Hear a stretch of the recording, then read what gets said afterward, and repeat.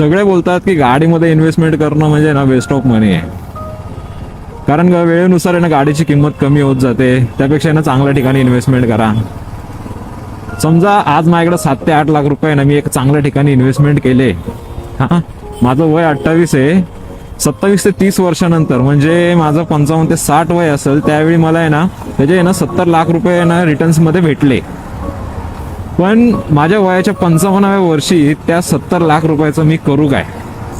ना माझ्या अंगामध्ये तो जोश राहणार आहे ना ती ताकद राहणार आहे. लाईफ एन्जॉय करण्याचा आहे ना जो गोल्डन टाइम आहे ना तो माझ्या लाईफमधनं आहे ना ऑलरेडी निघून गेला असणार आहे. मित्रांनो, तुम्ही तुमच्या ना भविष्यासाठी आहे ना चांगली अशी इन्व्हेस्टमेंट करा. पण त्या इन्व्हेस्टमेंटमुळे आहे ना तुम्ही तुमचं आहे ना प्रेझेंट आहे ना कॉम्प्रोमाइज नका करू. कारण काही आठवणींची किंमत आहे ना त्या 70 लाख रुपयांपेक्षा पण जास्त असते. काय वाटतं मित्रांनो, पैसा महत्वाचा आहे की लाईफ एन्जॉय करणं महत्वाचं आहे? नक्की कमेंट करून सांगा.